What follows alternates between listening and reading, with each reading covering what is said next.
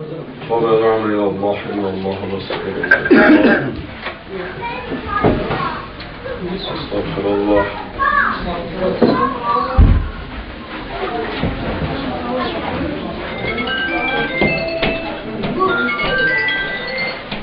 أستغفر الله أسأله التوبة لا حول ولا قوة إلا بالله العلي العظيم أعوذ بالله من الشيطان الرجيم بسم الله الرحمن الرحيم رب اشرح لي صدري ويسر لي أمري واحلل عقدة من لساني يفقهوا قولي صلوات اللهم صل على محمد وآل محمد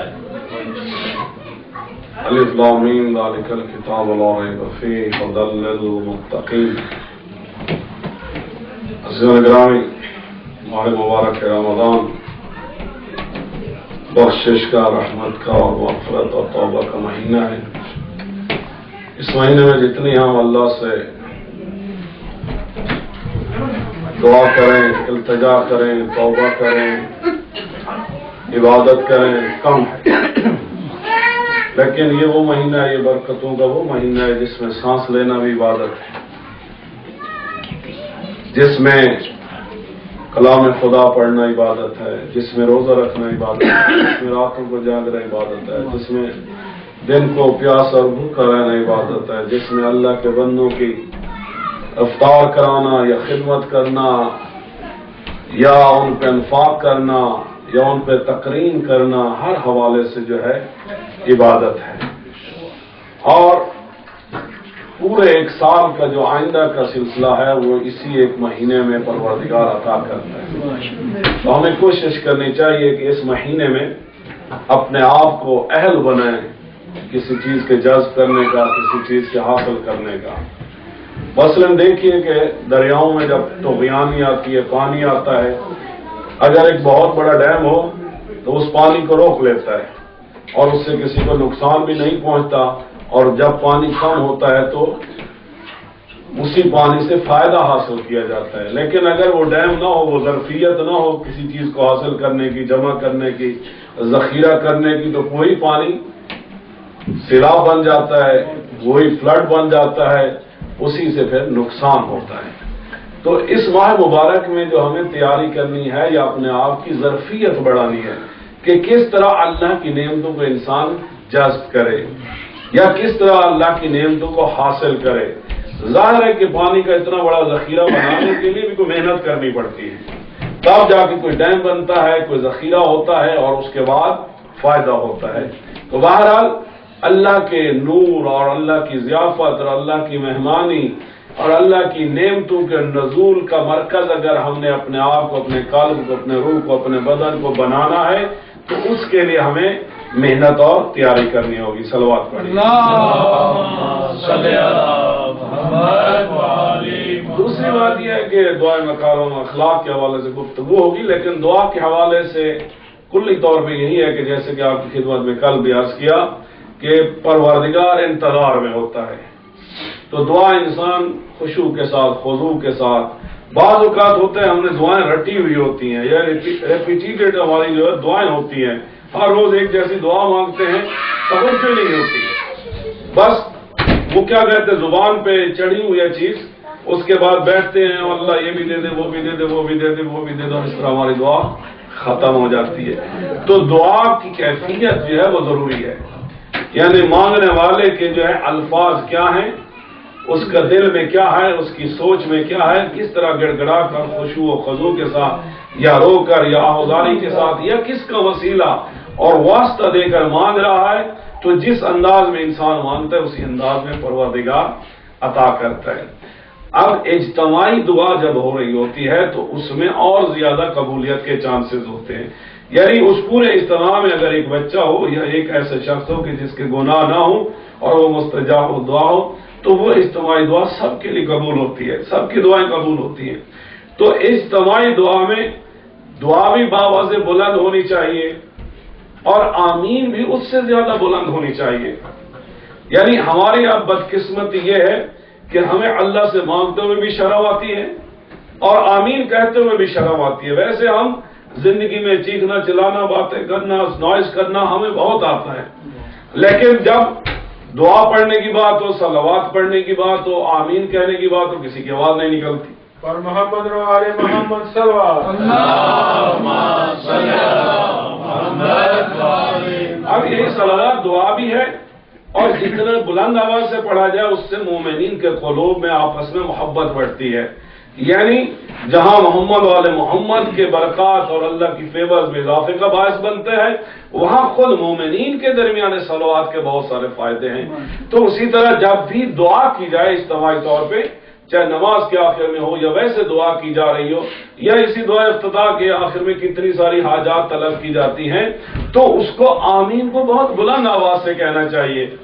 اگر انسان ایک شخص دعا پڑھ رہا ہے تو مل کر یا جتنا بھی کوئی ٹوٹ کر چاہت کے ساتھ، خشوع کے ساتھ، خضوع کے ساتھ آمین کہتا ہے تو پروردگار اتنا ہی اس شخص کے لیے اس دعا کو مثمر ثمرات بنا دیتا ہے۔ صلوات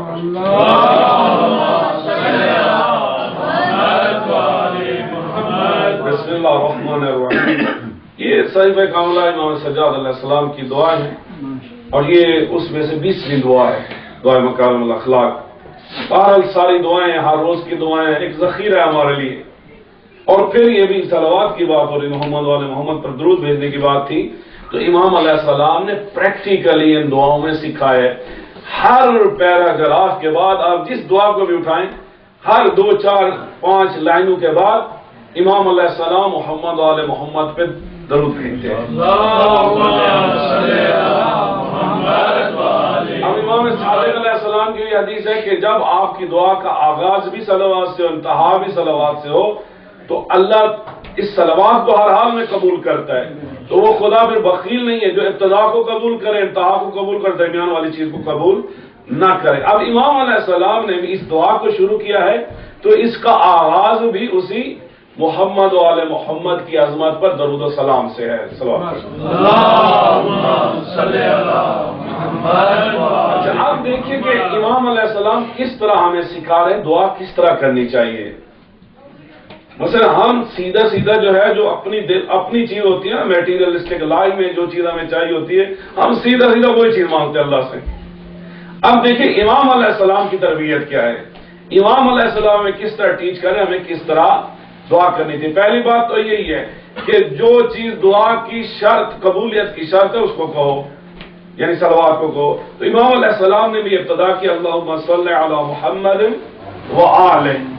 اب محمد والے محمد پر درود بھیج کر امام علیہ السلام نے دعا کی ابتدا کی ہے، ہمیں بھی ایسا کرنا چاہیے۔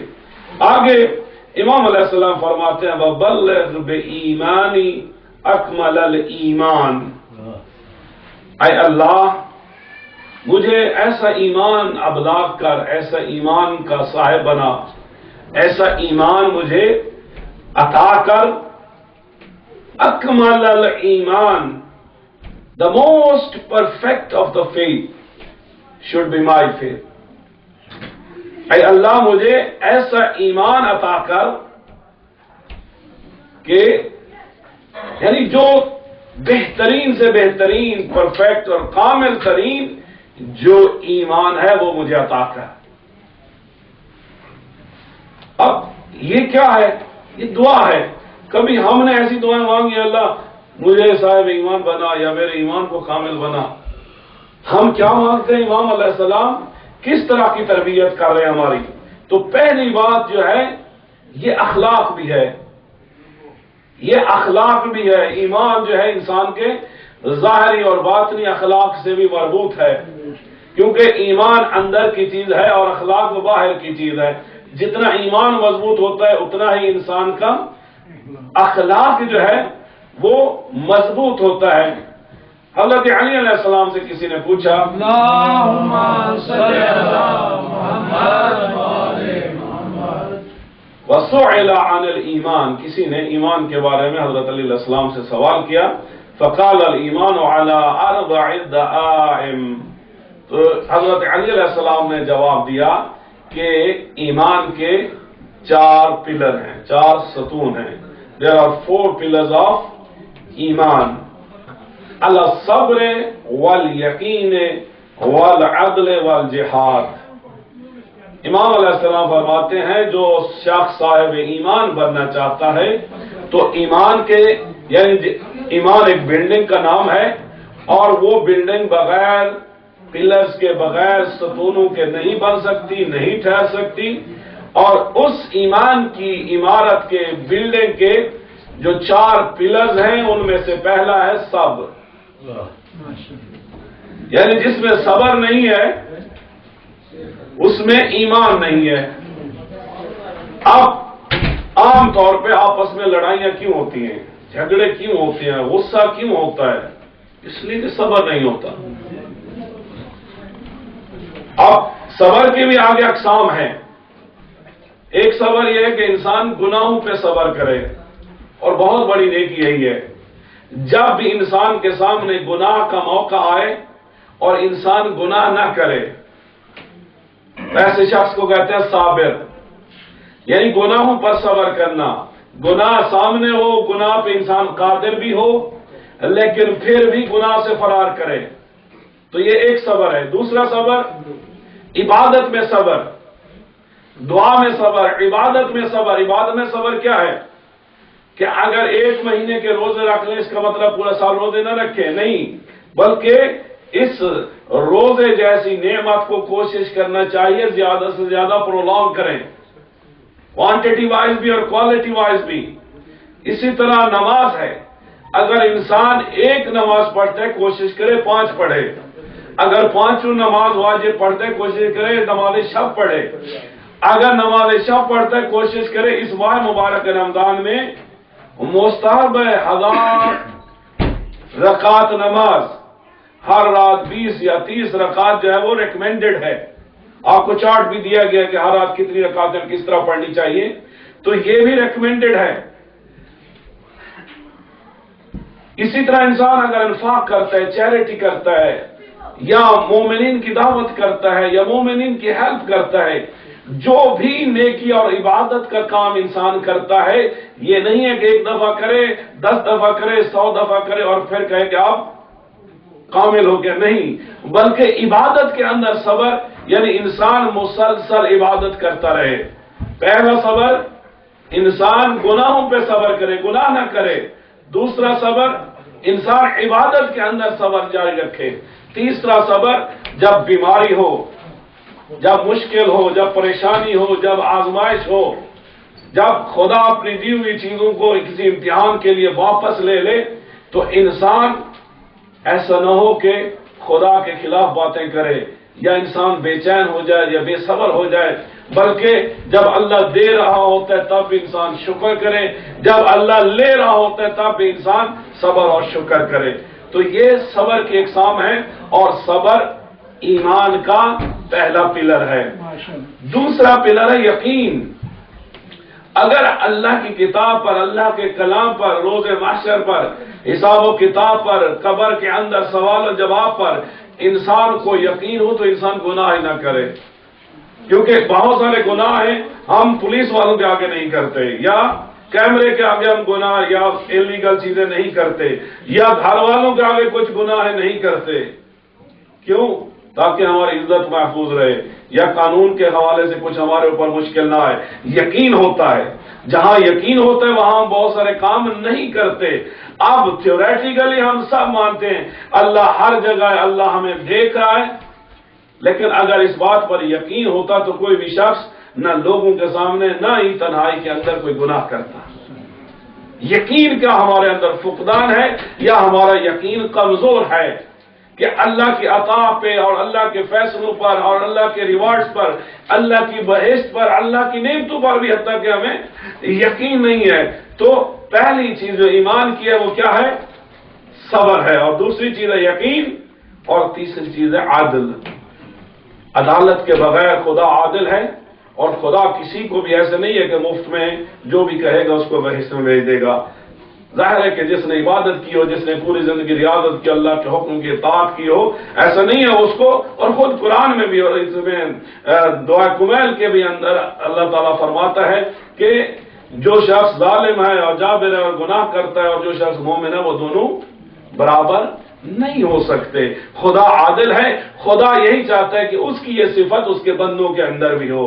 انسان اپنے آپ سے عدل کرے، لوگوں سے عدل کرے، اپنے دین سے عدل کرے، تو جہاں جہاں انسان کو موقع ملے انسان کوشش کرے کہ عدالت کو رائج کرے۔ اور امام زمان علیہ السلام بھی ان کا سب سے بڑا کارنامہ یہی ہوگا کہ وہ آ کے اس دنیا کو عدل و انصاف سے بھریں گے۔ اور جو شخص چاہتا ہے کہ وہ امام زمان علیہ السلام کی زیارت کرے، بہترین نسخہ یہی ہے کہ وہ اپنی زندگی میں عدالت کو رائج کرے۔ اور چوتھا پلر ہے ایمان کا جہاد۔ اب جہاد کی مختلف اقسام ہیں، تلوار کے ساتھ جہاد ہے، اپنے بارڈرز پہ جہاد ہے، دین کے دشمنوں کے خلاف جہاد ہے، علم حاصل کرنا جہاد ہے، صبر کرنا جہاد ہے، یقین کرنا جہاد ہے، انصاف کرنا جہاد ہے۔ جس چیز کی بھی انسان خدا کی خوشنودی اور خدا کی راہ میں کوشش کرتا ہے سب کا نام جہاد ہے۔ اب آپ کو ایمان کے 4 پلرز آج بتائے ہیں، اس میں سے پہلا ہے صبر، دوسرا ہے یقین، تیسرا ہے عدل اور چوتھا ہے جہاد۔ انشاءاللہ آپ یہ 4 پوائنٹ یاد رکھیں گے، اور کل آپ 12 بیٹھے بیٹھے کہیں بھی جو ہے یہ سب اگر مجھے سنا دیں گے تو میں آپ سب کا مشکور ہوں گا۔ 2 سوال آپ پوچھ سکتے ہیں، پلیز ہاتھ کھڑا کریں۔ جہاد بالنفس کے کیا مطلب ہے؟ جہاد، اب ایک جہاد ہے جہاد اصغر، یعنی وہ جہاد جس میں لوگ جاتے ہیں، دشمنوں کے ساتھ لڑتے ہیں، شہید بھی ہو جاتے ہیں، شہادت بہت بڑا مقام ہے، اس کو نام دیا گیا جہاد اصغر۔ جہاد اکبر ہے اپنے نفس کے خلاف جہاد۔ میرا نفس کہتا ہے کہ تو سارا دن روزہ نہ رکھ، کھا پی، لیکن میں اگر نفس کو مار کے روزے کی مشکل کو، بھوک پیاس کو برداشت کرتا ہوں، یہ نفس جہاد بے نفس ہے۔ اسی طرح نفس کہتا ہے گناہ کر، میں اس کو روک دیتا ہوں، یہ جہاد ہے، اور یہ جہاد اکبر ہے، یہ سب سے بڑا جہاد ہے۔ اور کچھ بات؟ ہاں You know, he said Iman. Remember one of his speeches before in Muharram or somewhere last year in Ramadan, he mentioned the different levels of Imans. Which level is that when you get to? So you said that me, Imam Zamana, or the Imams. What level is that? I told you 4 pillars. Just everybody should analyze how much patient he is, how much certainty and yaqeen he has, how much he is just in his life, and how much efforts he is putting. So he can analyze himself. Usually it has been told there are 10 levels of Iman, but we can analyze ourselves where we are standing. بسم الله الرحمن الرحيم. اللهم صل وليك الحجة ابن الحسن صلواتك عليه وعلى آبائه في هذا الساعة وفي كل ساعة وليا وحافظا وقائدا وناصرا ودليلا وعينا حتى تسكنه مرضاك الطوعا وتمتع فيها طويلا. پروردگار تمام مومنین مومنات حاضرین کی حاجات کو پورا فرما. پروردگار ہمیں کامل ایمان بنا، ہمارے مولا کا جل ظہور فرما. آج جن مومنین نے نظر و نیاز کا اہتمام کیا، افطار کا اہتمام کیا، پروردگار ان کے رزق روزی میں برکت فرما، ان کے مرحومین کو اعلی علیین کی جگہ عطا فرما.